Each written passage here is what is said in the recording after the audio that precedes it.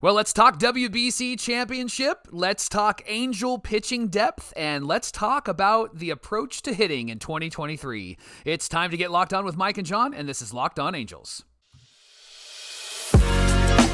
You are Locked On Angels, your daily Los Angeles Angels podcast. Part of the Locked On Podcast Network, your team every day. Thanks for making Locked On Angels your first listen every day. Every show is free and available on all platforms like Apple Podcasts and Spotify. And the best way to help us out is by giving us a rate and a review. And if you're watching on YouTube, make sure that you're subscribed and click the bell to be notified every time a new episode drops. Thanks for being here with us for this episode of Locked On Angels, where it's your team every day. You've got the Frisch Brothers here with you, a.k.a. the Super Halo Bros. My name is John, and that's my brother Mike. And my name is Mike, and that's my brother John. And Johnny, the WBC championship was last night, and Johnny, my brother, is going to give us all of the details, so take it away. Well, I'm here to break down the WBC championship quite literally post-game, right after it's ended. And I got goosebumps. I can't not believe that it came down to Mike Trout and Shohei Ohtani with the game on the line. 2 outs, 3-2 in favor of Japan. And you know what, guys? Angel fans have been through a lot in the last 10 years. So the baseball gods smiled upon us and delivered us Shohei Ohtani versus Mike Trout. We've been talking about it for months. We've had mailbag questions about it. And I have to say, I felt like I was kind of right in what was going to happen there. And Mike thought that Trout would get a hit or take a walk. I said Shohei's going to pump 100 miles an hour in there and say, hit it if you can. And that's exactly what happened. It came down to those two at the end of the game. I'll get to that in just a second, but I had to share this note from Shohei Ohtani's pregame speech to Team Japan. And this is a side that perhaps we haven't seen a lot of, at least publicly, with the Angels, but here's what he had to say to Team Japan. Talking about the talent on Team USA, he said, if you admire them, you won't be able to surpass them. For today, let's stop admiring them and just think about winning. Come on! So I loved that motivational speech from Shohei Ohtani. That was just a small part of it, but he was firing up his team. And that's certainly what Team Japan did. Their pitching from beginning to end, including Yu Darvish, including Shohei Ohtani. They were working that fastball splitter combination and getting Team USA to swing right over it. Now, I had to laugh because in the first inning, the only 2 batters to reach base for both teams, Mike Trout, who stretched a bloop single into a double, hustle, baby, and then Shohei Ohtani walked, and it was 2 Angels who got on base in the entire first inning. And, of course, it came down to them at the end, so they kind of started this game and ended this game together. Trey Turner homered again, and that put Team USA up. But then, in the bottom of the second, Murakami homers 115 miles an hour off the bat in the second inning. Merrill Kelly loaded the bases. Aaron Loup came in relief, and all of us Angel fans held our collective breath because we know how it was with Aaron Loup last year. Fortunately, Lars Nootbaar grounded out and got the RBI, so that made it 2-1, and then he was able to get the last out. So it kept it 2-1, and then it was 2-1 for a while until later on when you had Okamoto homer off Kyle Freeland, and that was a monster home run. Later on, we have Yu Darvish come in, and Kyle Schwarber just battled and battled and battled. Foul ball, all these foul balls into the stands until he left one up. Schwarber got a hold of it, made it 3-2. That sets up the top of the ninth. 3-2 Japan. Who's coming in for the save? Shohei Ohtani. And I had this moment where I had to do the math in my head, and I was like, wait a minute. McNeil, Mookie Betts, Trout's coming up. So we got the matchup. Trout was due up third. Now, Jeff McNeil walked. Mookie Betts hit into a double play. And then Mike Trout came up with the game on the line. Here's how things went down. Shohei pumped in the heater at 100 miles an hour, center cut. And Trout took a hack at it, didn't catch up to it. Shohei did it again, 100 miles an hour, center cut. Trout couldn't catch up to it. There was a 102 mile an hour pitch that was below the zone. And then the best Shohei slider I think I've ever seen in my life. And there was a great graphic that we retweeted from Locked On Angels, so find that on Twitter. But it was essentially a CGI model of the at-bat, and you can see how that slider was tunneled right down the middle the whole time, and then out and away from Trout. Trout goes to swing at it, and it's a swing and a miss, a strikeout to end the game, and good grief, what a celebration that was. Listen to Shohei's stats in the World Baseball Classic. He hit a .435 average, a .606 on-base percentage, and a .739 slugging percentage, 4 doubles, a home run, and a 1.86 ERA with 11 strikeouts in 9 2/3 innings. Incredible. He was awarded the World Baseball Classic MVP. Now, how do we feel about this as Angel fans? Well, listen, man, I gotta say, I felt like a parent who had to choose their favorite child in that moment, because all of the emotion, the fact that it came down to those two in the very end of the game was just rewarding as an Angels fan. And it was rewarding to see how much it meant to these guys. First of all, the Team Japan and Shohei Ohtani to win. And you could see the sadness on the faces of Team USA. They really wanted to take it all. And who wouldn't, right? Who wouldn't want to take it all? But as an Angel fan, to say that it came down to the two best players in baseball who are on our team that we get to watch day in and day out, what a reward for being an Angels fan, right? What a reward for the last 10 years of frustration and mediocrity. Guys, we know that this team coming into 2023 has been put together much better than teams of the past. No longer are we going from an injury that's going to cost us the entire season. We have the supporting cast around Mike Trout and Shohei Ohtani. And that's what people have been saying for a long time. All the people who are critical of the Angels have said, get a supporting cast around these guys.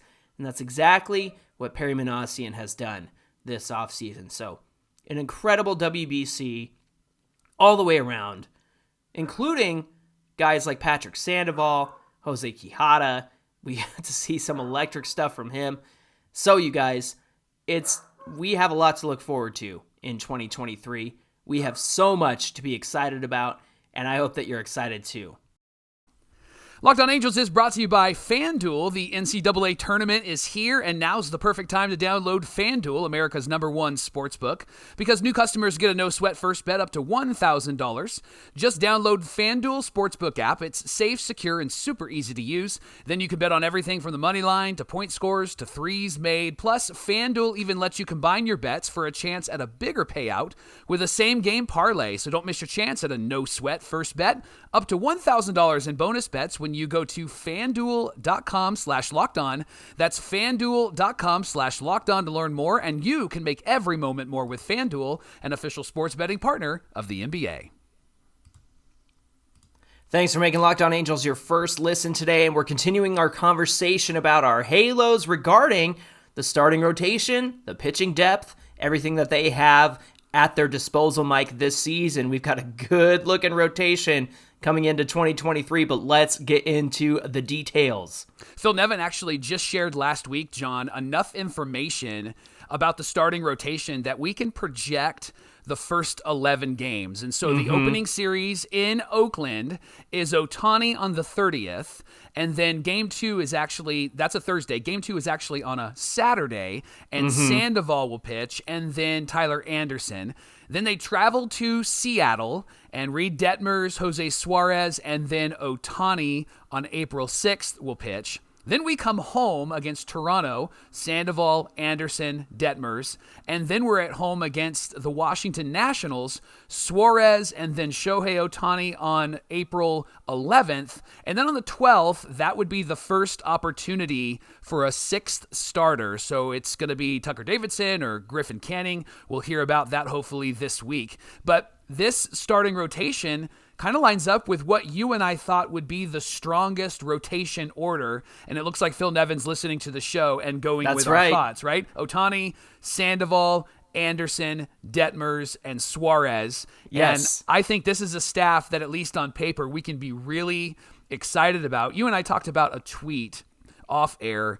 Somebody tweeted and said, hey, what do you think about a rotation of Ohtani, Sandoval, and was it Anderson? Anderson. It was John Boy talking baseball. Yes. They were talking about, is this a top 3 rotation? And everyone was like, it would be if Detmers was on there, not Anderson. Right, exactly. And it's not so to discredit Anderson, but it's so funny. Give credit to Detmers. We've got great depth in this rotation, and I like how they're lining up. I do think a Sandoval to Anderson to Detmers rotation actually works really well because Sandoval is going to be really tough to hit. He's going to be strong.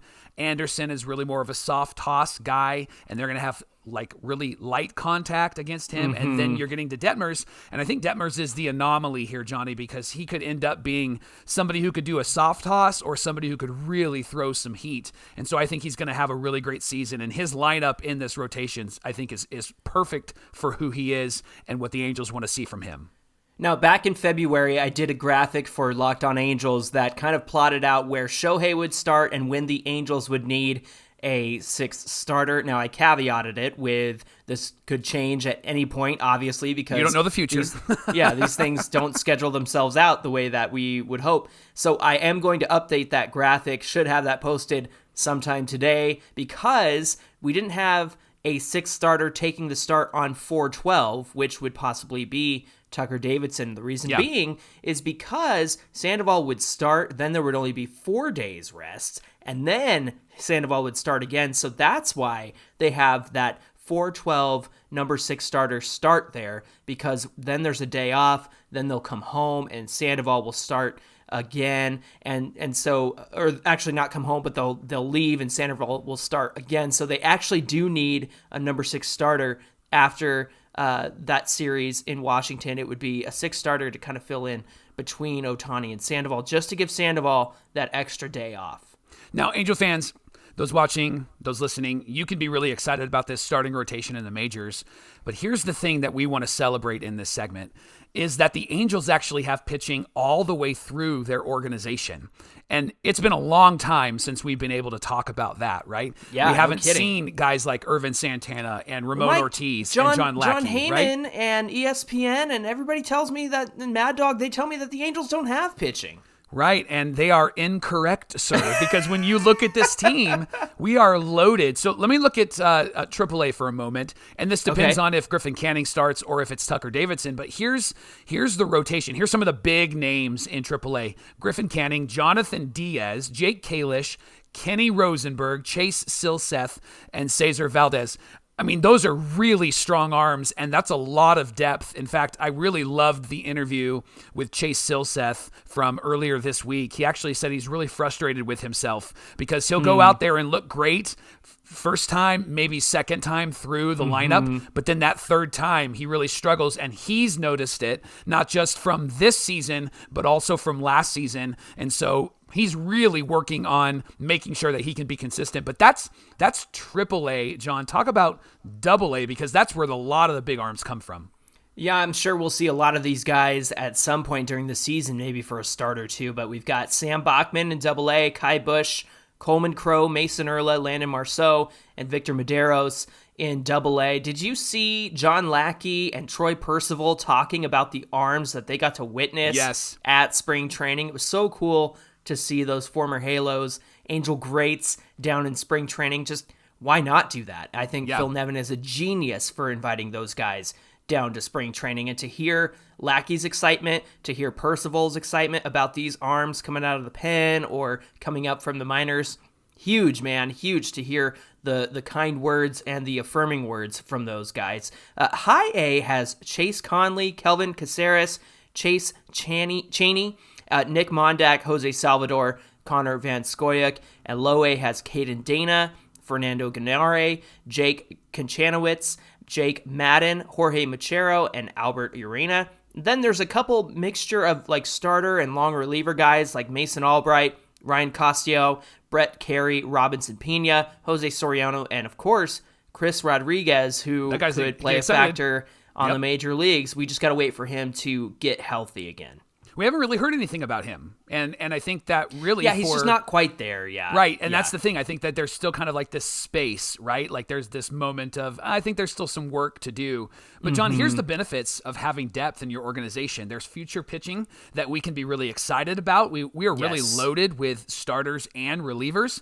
And it's also possible trade pieces. We can add depth from depth, and we can actually give these guys to other teams to get guys to help our major league roster. And so I think that there's a lot of benefits in having these guys with our team right now and for the future. I think it's a win-win for this Angel organization. So good on Perry Manassian and good on his team for drafting these guys, but more importantly, developing these guys.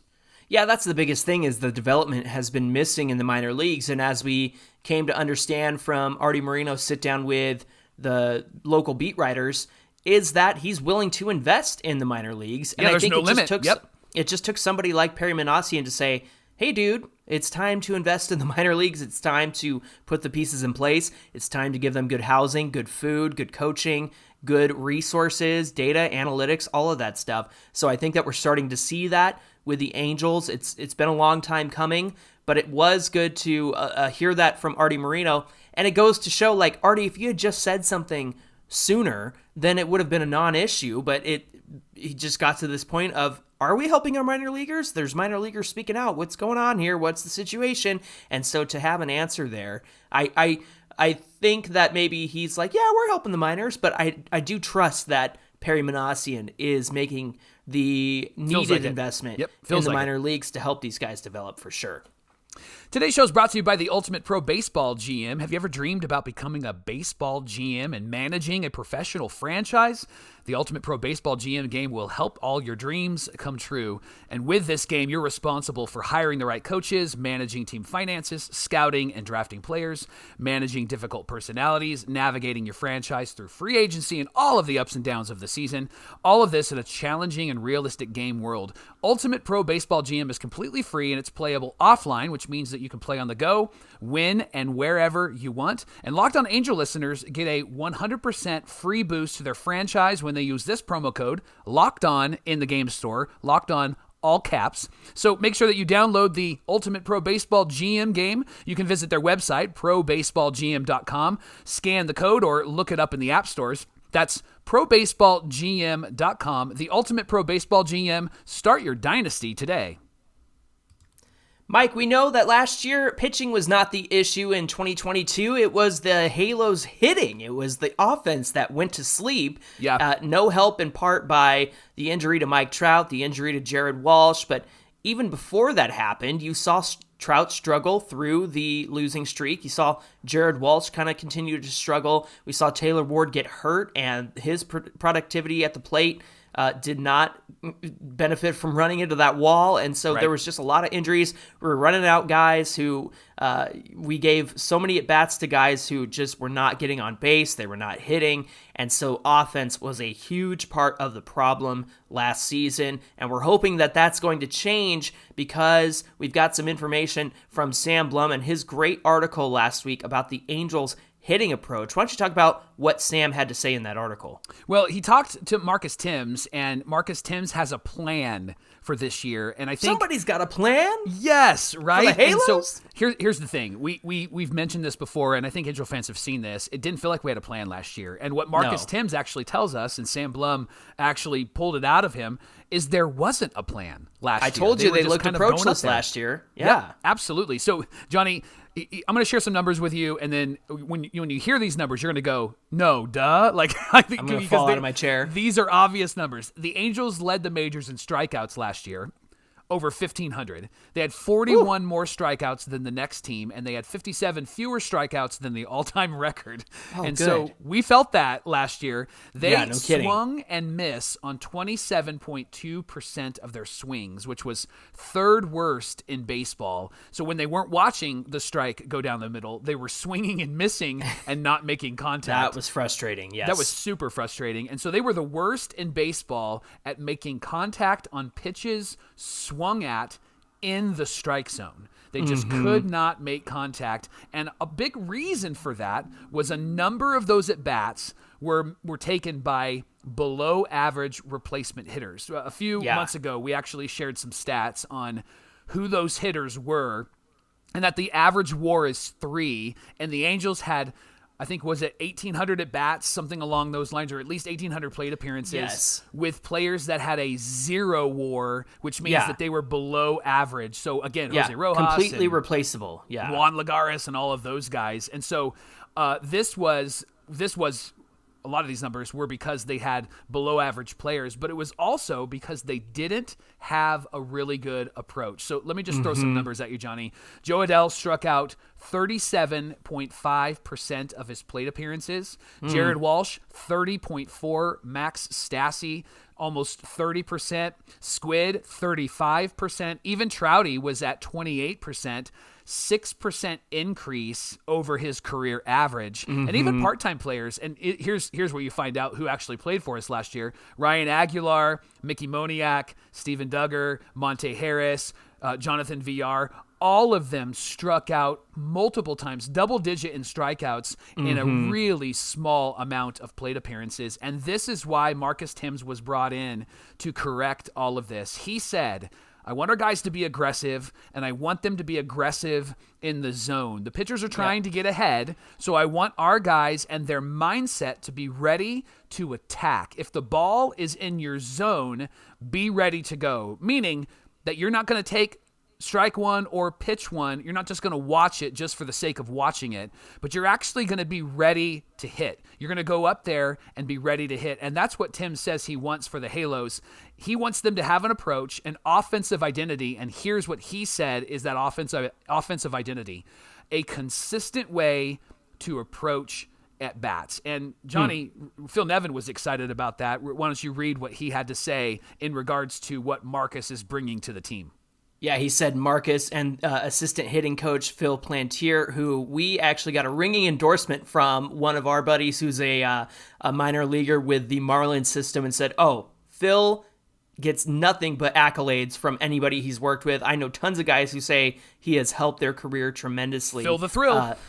So Marcus Thames and Phil Plantier have stressed hitting the fastball. And here's the quote from Phil Nevin. We've certainly been aggressive early in the counts. You look at our numbers as a body of work, as far as our swings are concerned, and our swing decisions, contact rates on the fastball have leaped off the page from where they were a year ago. It's a mindset, and I think that it's bleeding into everybody. One thing I also saw, I talked about Lackey and Percy earlier at Angels camp.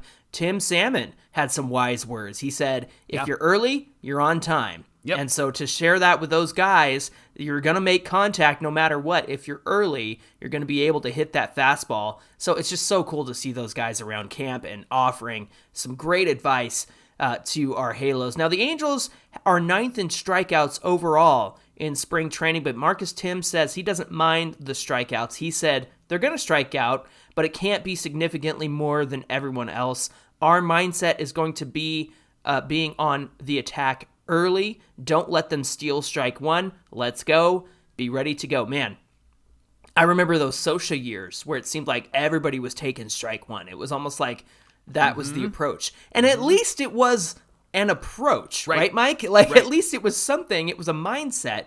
And I also have to think there was more from this article from Marcus Thames talking about the mindset that it's not really tangible when you can't teach mindset as a skill in terms of like, it's will. Here's how you swing. It's will. And what I liked that he had to say was, you've got to be aware of the situation. You've got to be aware of what the pitcher's trying to do out there. You got to be aware of the runners on, things like that. So just creating a situational awareness, or at least making that matter again, emphasizing that again. I mean, it seems like, be aware of what's going on around you. But sometimes you probably just get up there and you're trying to do whatever you think that you need to do. So I do like the fact that Marcus Thames is trying to remind these guys to be situational, to keep in mind what the pitcher's trying to do.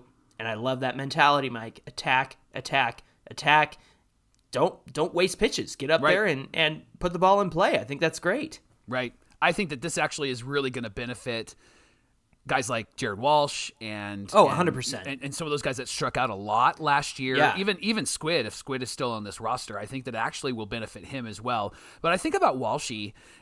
Obviously, this guy is clutch because he has come through in years past. And last year, with the injury, he looked really lost up there. And I think that had to do more with the injury than it did with just Walsh regressing, I guess. And I think that he actually is going to really benefit here because the pressure is not going to be on him. The pressure is really going to be on the rest of those guys in that starting lineup. And I think that's actually is going to benefit Hunter Renfroe as well. Yes. And Renfroe he hasn't been terrible at all. He's been great. His last 5-6 years have been great. He does strike out a lot, but he does it's strike worth out a it. lot. It's the trade-off. Yeah. Yep. Yeah. And making contact is going to be great.